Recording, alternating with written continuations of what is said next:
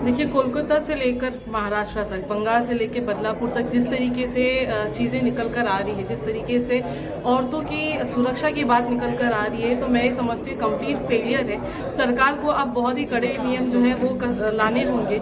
Women's के crime against women जितने भी एक्ट बने उन सब में बड़े रिफॉर्म्स करने होंगे। अगर ये रिफॉर्म नहीं होगा तो हम ये नहीं समझेंगे कि हमारा देश जो है वो आज़ाद है, क्योंकि कहीं ना कहीं ये गांधी जी ने कहा था कि जिस देश में नारी जो है वो रात को सुरक्षित घर से बाहर जाकर वापस आ सकती है तो ही वो देश जो है वो सुरक्षित है। लेकिन आज दिन दहाड़े हो, एक छोटी सी बच्ची हो, एक बूढ़ी औरत हो, ये 3 साल से बच्ची से लेकर 60 साल की बूढ़ी औरत तक जो है वो आज सुरक्षित नहीं है। बच्चियों के साथ गलत हो रहा है, स्कूलों में गलत हो रहा है, डॉक्टर्स के साथ गलत हो रहा है, हाउसवाइफ के साथ गलत हो रहा है। तो इतना जब हमारा देश जो है वो नारी सशक्तिकरण की बात करता है, लेकिन जब नारी की सुरक्षा की बात आती है तो ये कंप्लीट फेलियर नजर आता है। क्या आज देश के लोग जो है वो सिर्फ हर एक रेप केस के बाद कैंडल मार्च के लिए निकल पड़ते हैं, प्रोटेस्ट के लिए निकल पड़ते हैं? क्या हमारे पास कोई और काम नहीं है? क्या हर बार हमको सरकार को जगाना होगा कि अब जो है वो कानून में बदलाव लाइए, ये फास्ट ट्रैक कोर्ट में जो मामले को डालिए?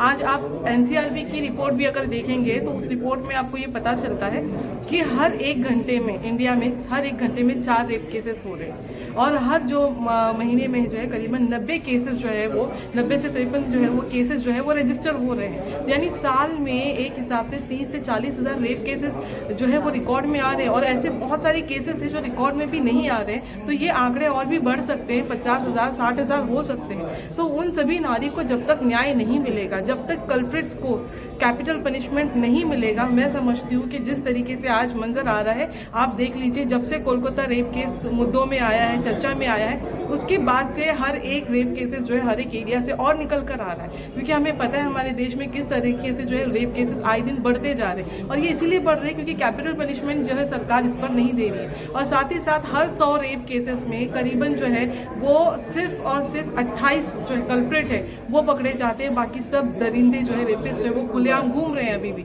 यानी 70% हमारी जो महिलाएं हैं जो रेप से पीड़ित है उनको अभी तक न्याय नहीं मिला है। तो ये सरकार को अब जो है वो सोचना होगा। अगर सरकार इस पे अभी भी असमर्थ है तो मुझे लगता है ऐसी सरकार जो है वो रिजाइन कर दे या सत्ता में ना रहे, दूसरों को मौका दे, ताकि हमारी अगर आधी आबादी जो है औरत है वो अगर सुरक्षित नहीं है तो ये देश जो है वो आगे बढ़ ही नहीं सकता। इस पे ये कहना है कि फिर आप एक काम कीजिए, 2014 से लेके आंकड़े जो है वो देख लीजिए।